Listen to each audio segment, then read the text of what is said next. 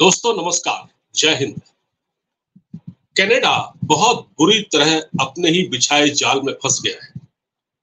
जो कांटे उसने भारत के लिए बोए थे, अब उन कांटों पर उसको चलना पड़ रहा है, खुद चलना पड़ रहा है। दरअसल कनाडा ने ये सोचा था कि भारत में एक ऐसी सरकार है जो सख्त फैसले नहीं कर पाएगी, वो कुछ भी करता रहेगा, वो अपने देश में खालिस्तानी आतंकवादियों को हवा देता रहेगा, उनको बढ़ावा देता रहेगा, उनको अपने यहाँ पालता पोसता रहेगा, लेकिन भारत कुछ नहीं कहेगा।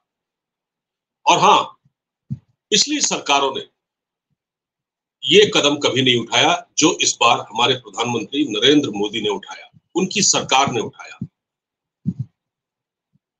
2014 में जब हमारी सरकार आई थी,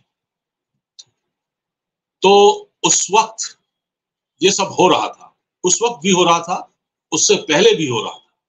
जब कांग्रेस की सरकार थी, मतलब यूपीए की सरकार थी, यानी कि मनमोहन सिंह की सरकार थी, उस समय भी और उससे काफी पहले से भी कनाडा खालिस्तानी आतंकवादियों को समर्थन देता आया और वो अब भी दे रहा है। अब इसके बाद जब मैं आपको बताऊं कि ये जो घटना सितंबर 19 की है शायद, जब उसने हमारे राजनयिक को निकाला, हमारे वरिष्ठ राजनयिक को कनाडा से निकाला गया, जिनका नाम पवन कुमार था। उसके बदले में भारत ने भी रिटेलिएट किया। भारत ने भी उनके एक वरिष्ठ राजनयिक को 4 मिनट में छुट्टी कर दी यहाँ और कहा जाइए। इससे क्या हुआ, कनाडा और भारत के संबंध खराब होते गए। हालांकि संबंध तो खैर बहुत पहले से भी अच्छे नहीं थे, क्योंकि खालिस्तानी आतंकवादियों को पनाह देता था। खालिस्तानी आतंकवादियों ने ही कनिष्क विमान को जो जिस तरह से उसमें ब्लास्ट हुआ, उसमें भी खालिस्तानी आतंकवादियों का हाथ था। उसमें हरदीप सिंह निज्जर तो नहीं था उसमें, लेकिन हाँ, जस्टिन ट्रूडो के पिता उस वक्त देश के प्रधानमंत्री थे, और जिस खालिस्तानी का नाम इसमें आया था इस सबोटाज में, वो जस्टिन ट्रूडो के पिता का बहुत नजदीक था, उसके फादर का बहुत नजदीक था।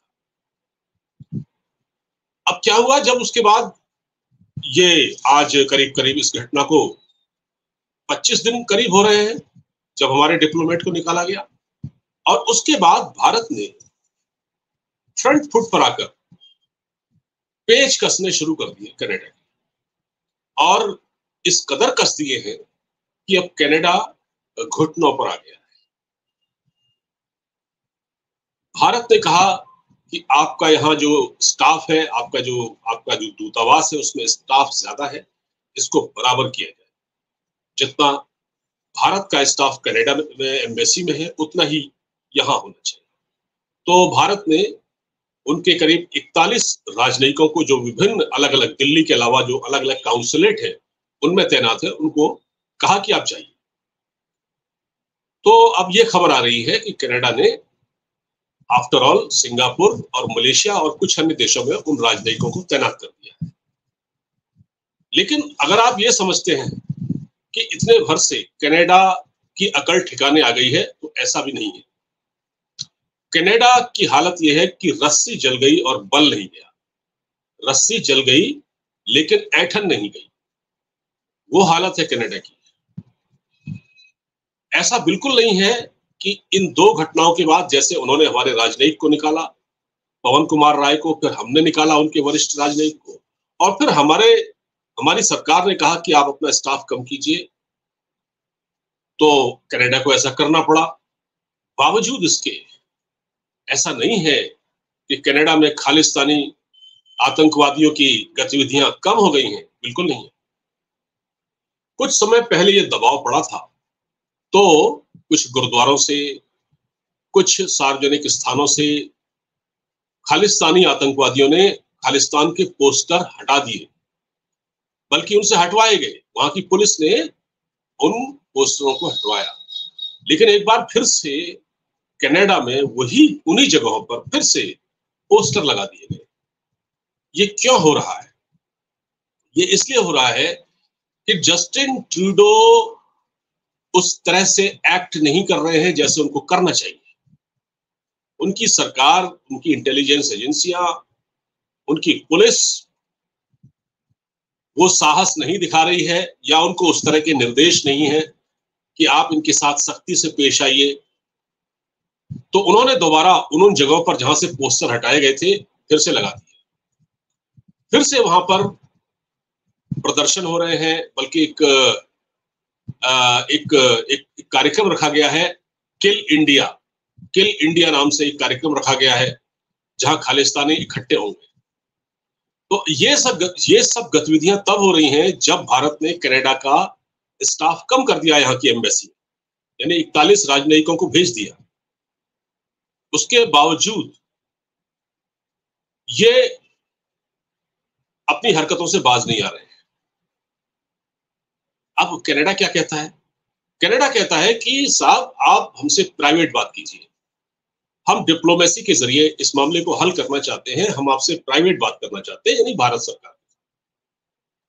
तो प्राइवेट बात करना चाहते हैं, अगर डिप्लोमेसी के हिसाब से अगर देखा जाए, डिप्लोमेसी के उसूलों के हिसाब से अगर देखा जाए, तो ये बात सही है कि इस तरह की बातचीत जो बैक चैनल से होती है या बंद कमरों में होती है, बंद दरवाजों के पीछे होती है, वो तो चलती ही है। लेकिन जस्टिन ट्रूडो से कोई ये पूछे कि आज से 25 दिन पहले जब उन्होंने कनाडा की पार्लियामेंट में खड़े होकर सीधे सीधे हरदीप सिंह निज्जर की मौत का इल्जाम भारत पर मढ़ दिया था, तब क्या उन्होंने ये नहीं सोचा था कि इसके क्या कॉन्सिक्वेंसेस होंगे? तब उनसे किसने कहा था कि वो खड़े होकर ये कहें कि हरदीप सिंह निज्जर नाम के आतंकवादी, जिसको अपना नागरिक कहता है, उसकी हत्या के पीछे भारतीय खुफिया एजेंसी रॉ का हाथ है? तब उनको ये सोच, उनके दिमाग में क्या ये विचार नहीं आया कि वो क्या कह रहे हैं और इसके क्या परिणाम हो सकते हैं? और आज वो भारत से कहते हैं कि साहब हम तो आपसे प्राइवेट बातचीत करके मसले मसाइल का हल करना चाहते हैं। ठीक है, लेकिन तो आपने वो बात पब्लिक में कही ना। आपने अगर वो बात उस वक्त डिप्लोमेटिक चैनल के जरिए की होती भारत से, तब तो ठीक था। लेकिन आपने क्योंकि अपनी पार्लियामेंट में खड़े होकर बात कही। देखिए, जब भारत के प्रधानमंत्री नरेंद्र मोदी पब्लिक के सामने एक बात कहते हैं और पार्लियामेंट के अंदर एक बात कहते हैं, तो दोनों में बड़ा फर्क होता है। तो जब आप पब्लिक में बात कहते हैं, उसकी वो उतनी वैल्यू नहीं होती, वो उसको ये आरोप लगता है कि आप अपने चुनावी फायदे के लिए शायद ऐसा कह रहे हैं। लेकिन जब आप पार्लियामेंट में खड़े होकर बोलते हैं तो उसकी अहमियत बहुत बढ़ जाती है। कम से कम ये चीज तो जस्टिन ट्रूडो को माननी पड़ेगी, स्वीकार करनी चाहिए, नहीं करनी चाहिए कि भाई जो वो पार्लियामेंट में खड़े होकर कह रहे थे क्या वो सही था। अब तब आपने पार्लियामेंट में खड़े होकर इतना बड़ा स्टेटमेंट इंडिया के खिलाफ दे दिया, हमारी खुफिया एजेंसी रॉ को बदनाम करने की कोशिश की, बदनाम किया, और आज आप कह रहे हैं कि आप हमसे प्राइवेट बात कीजिए, हम डिप्लोमेटिक चैनल के जरिए इसको सुलझाना चाहते हैं। तो भाई साहब घुटनों पे तो आए हैं, लेकिन जैसा कि मैंने कहा कि रस्सी जल गई लेकिन ऐठन नहीं गई। अभी भी वो ढुलमुल रवैया है। मतलब आप बात भारत के खिलाफ पब्लिकली कुप्रचार करें, पार्लियामेंट में खड़े होकर पब्लिक में कहें, और आप फिर प्राइवेट तौर पर इस मसले को सुलझाना चाहें, तो ठीक है साहब, बिल्कुल ऐसा नहीं होगा। अब तो भारत आमने सामने है, ठीक है।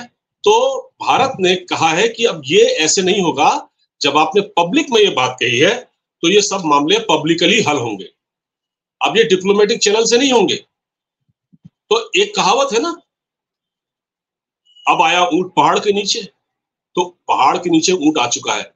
और एक कहावत और कही जाती है, चाणक्य नीति है ये, कि शठे शाठ्यम समाचरित, दुष्ट के साथ दुष्टता का ही व्यवहार करना चाहिए। शेर अपने शिकार पर इतनी तेजी से आक्रमण करता है कि वो खुद को बचा ना पाए। तो भारत ने भी उसी तरह की एग्रेसिव डिप्लोमेसी का परिचय दिया है कनाडा के बारे में, कनाडा को लेकर। तो यही डिप्लोमेसी जारी रहनी चाहिए। मेरा सिर्फ यहां कहने का मतलब यह है कि अगर आपने कनाडा के प्रधानमंत्री प्राइम मिनिस्टर जस्टिन ट्रूडो का स्क्रू ढीला छोड़ दिया, थोड़ा भी ढीला छोड़ा, तो फिर वही नौटंकी शुरू कर देगा। एक बार समझौता कर लेगा, फिर खालिस्तानी तत्वों को वहां बढ़ावा देना शुरू कर देगा। देखिए, मैंने आपसे कहा कि उसने कमी अभी भी नहीं छोड़ी है। कनाडा में भाई जस्टिन ट्रूडो की सरकार है, उनकी पुलिस है, उनकी इंटेलिजेंस एजेंसी है, तो फिर ये जो आतंकवादी वहां पर खुलेआम घूम रहे हैं, जो ये जो खालिस्तान टाइगर फोर्स और पता नहीं कौन कौन से बब्बर खालसा इस तरह के जो संगठन है, ये इनके लोग वहां खड़े होकर भारतीय काउंसलरों जो काउंसलेट के बाहर झंडे जलाते हैं और ये वहां पर नारे लगाते हैं भारत के खिलाफ, खालिस्तान का समर्थन करते हैं। तो भैया खालिस्तान अगर जस्टिन ट्रूडो को अपने देश में बनवाना है, यानी कनाडा में एक खालिस्तान बनवाना है, यानी अगर उसको अपना देश में खालिस्तान बनाना है तो बना दे, लेकिन कम से कम वो भारत से ये उम्मीद न करे। तो भारत ने बहुत एग्रेसिव पोस्चर अपनाया है। तो भारत ने कहा है कि जब आपने उस वक्त पब्लिकली खड़े होकर हमारी खुफिया एजेंसी को हमें बदनाम किया हरदीप सिंह निज्जर की हत्या को लेकर, तो अब आप पब्लिकली हमसे निपटिए। अब हम डिप्लोमेटिक चैनल का इस्तेमाल नहीं करेंगे, हम वो सारे प्रयास करेंगे जिससे आपकी गर्दन रेत में इतनी बुरी तरह फंस जाए कि आप बाहर ना निकाल पाए। तो आजकल वर्ल्ड में जो डिप्लोमेसी हो रही है वो उसी डिप्लोमेसी के तहत काम करना पड़ेगा। देखिए अमेरिका ने भी एक दोहरा रुख अपनाया। अमेरिका चाहता था कि भारत जो है ये जो जांच चल रही है, हाँ ये जांच में सहयोग देते रहे। अरे हत्या हुई है कनाडा में और भारत जांच में सहयोग दे, क्यों दे भाई? अमेरिका भी यही चाहता था। ये वही अमेरिका है जिसके दोहरे मापदंड है, जिसको अपने नागरिकों की ज्यादा चिंता रहती है। बाहर कोई मरता है तो मरता रहेगा, उनको अपनी वो उनके उनके अपना इंटरेस्ट पहले है। निश्चित रूप से अमेरिका का साथ मिल रहा है कनाडा को, वरना कनाडा ऐसी उड़ान नहीं भरता है, ऐसे उसके पर नहीं है, उसके पर काट दिए गए होते हैं। अब भारत में बैठे हुए एक अमेरिकी राजदूत हैं, क्या नाम है, एरिक गारसेटी। एरिक गारसेटी कहते हैं कि इस पूरे माहौल में अगर स्थिति को न संभाला गया तो भारत और अमेरिका के संबंधों पर इसका असर पड़ सकता है। तो भारत ने जवाब दिया। जब भारत ने जवाब दिया तो अमेरिका की तरफ से फिर फाइनली वहां की सरकार की तरफ से आया, नहीं ऐसी कोई बात नहीं, भारत और अमेरिका के संबंध खराब नहीं हो सकते। अमेरिका को यहाँ जरूरत है ना भारत की, इस पूरे रीजन में भारत एक बड़ी ताकत है। तो जस्टिन ट्रूडो ये सोच रहे थे ना कि ये पुराना भारत है, हम जो चाहें वो करते रहेंगे बदमाशी और भारत इसका कोई जवाब नहीं देगा पलट कर। वो दिन लग चुके हैं। उनको ये एहसास हो गया है कि भारत अब टिट फॉर टैट की नीति अपनाता है। भारत की एग्रेसिव डिप्लोमेसी है। भारत अब अपने हितों को सामने रखकर समझौते करता है और वो आंख में आंख मिला के बात करता है। उम्मीद है आपको ये वीडियो पसंद आया होगा दोस्तों। लाइक करें, शेयर करें, सब्सक्राइब करें और इजाजत दें। नमस्कार।